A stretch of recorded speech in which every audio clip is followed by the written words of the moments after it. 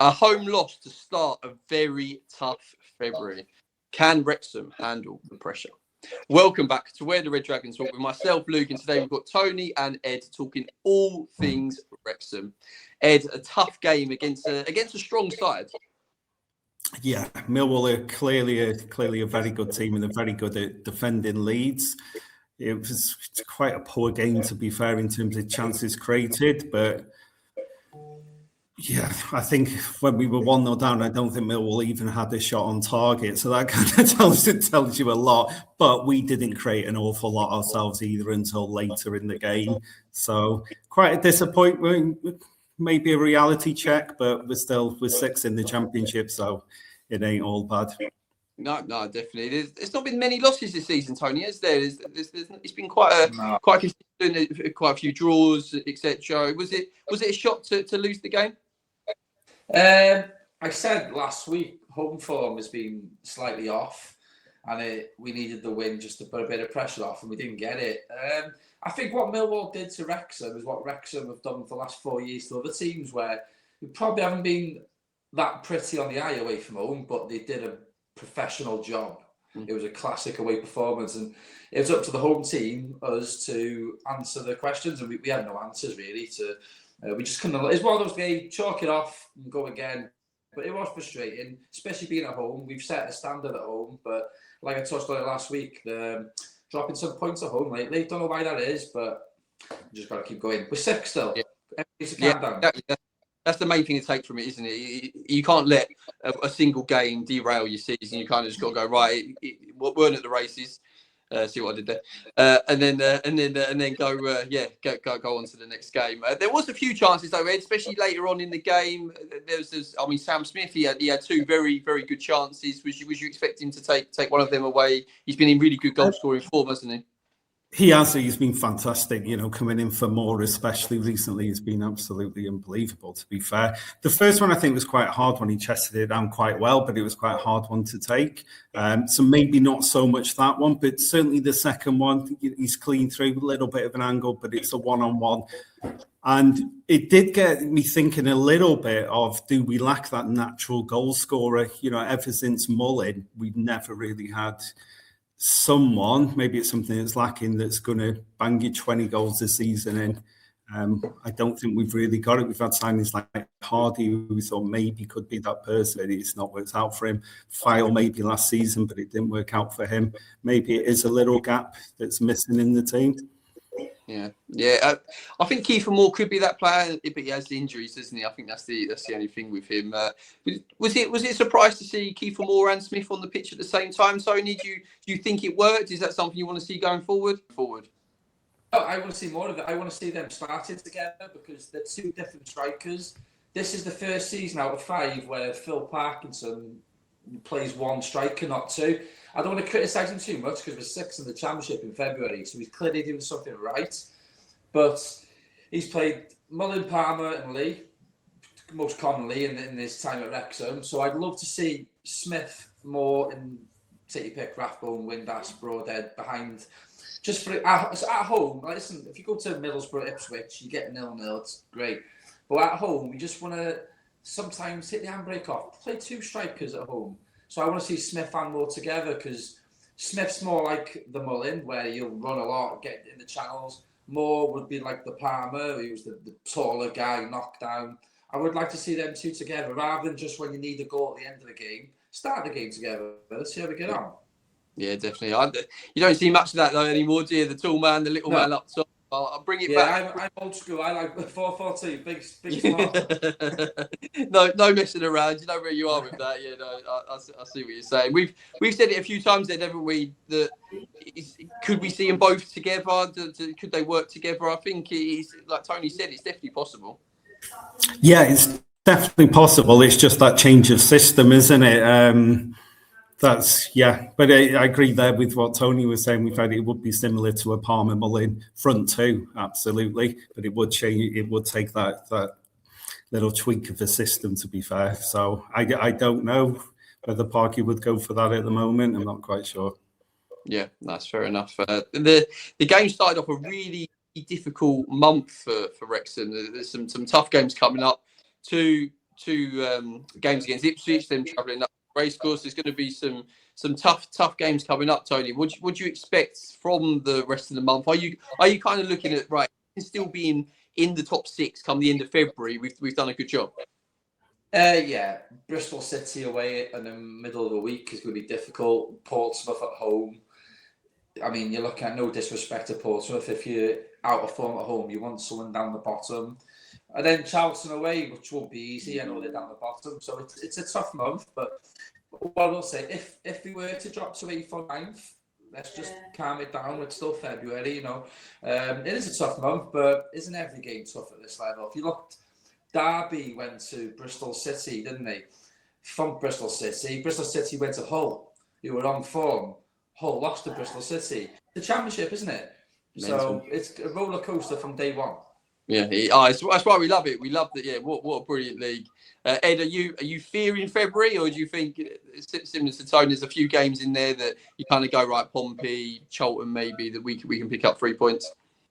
No, I'm very much with Tony there. I think, yeah, it's exciting. These are exciting fixtures for the club. So absolutely bring it on. And we've said it before on the pod.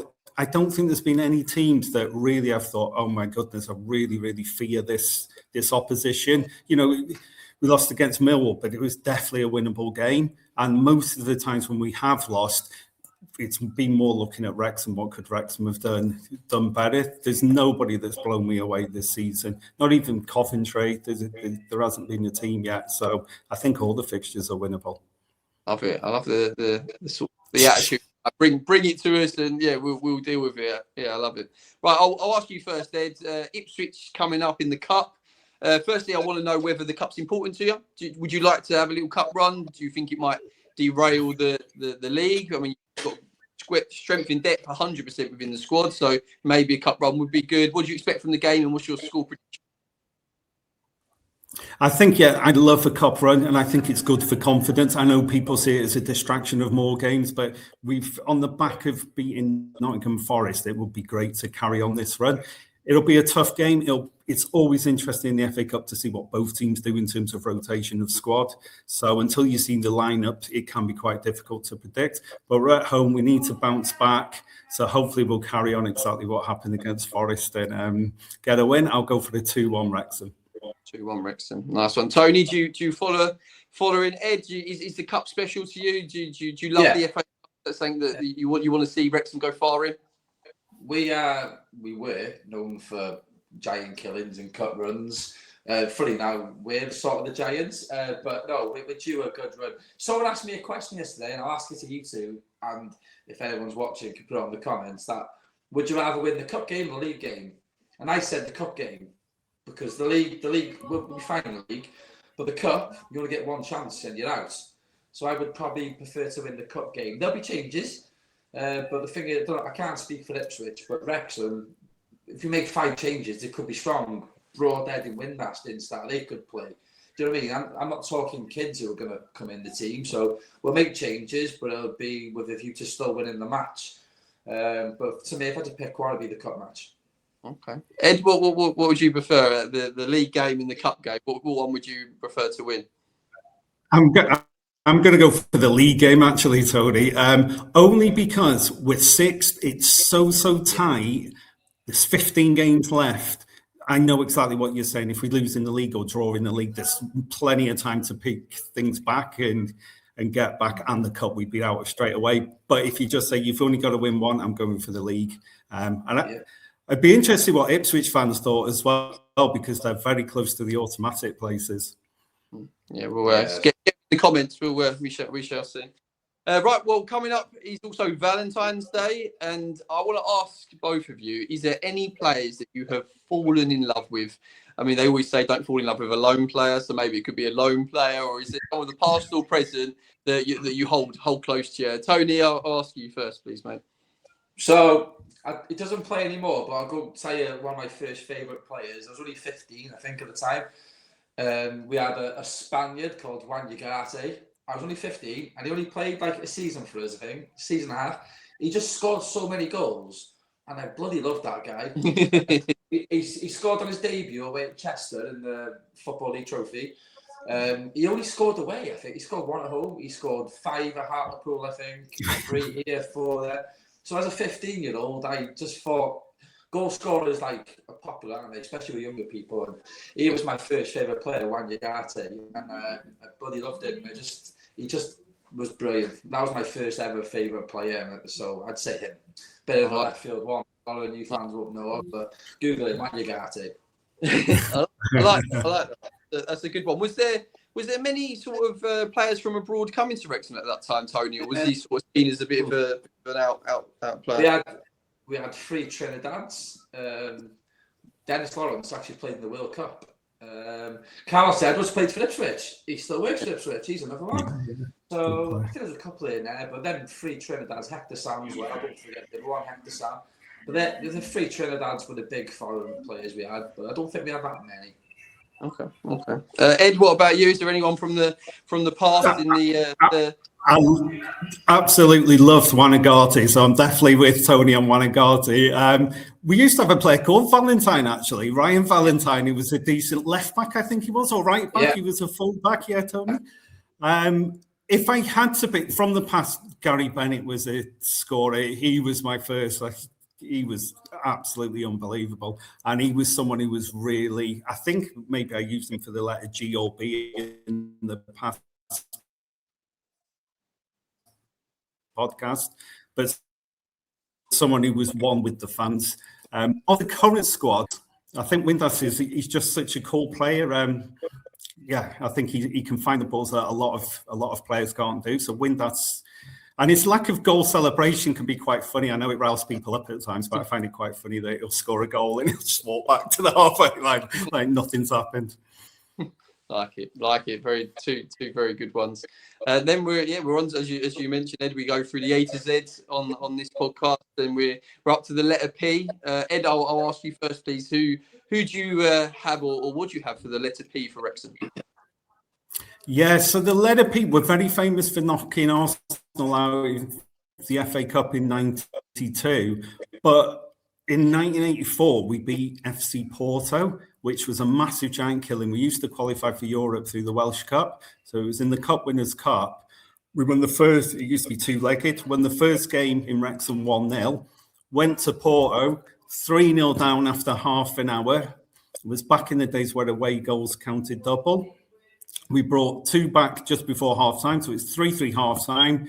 We're going through. They score to make it 4-2 on the night, 4-3 on aggregate. And then I think it was about the 90th minute, Barry Horn hits one and we go through.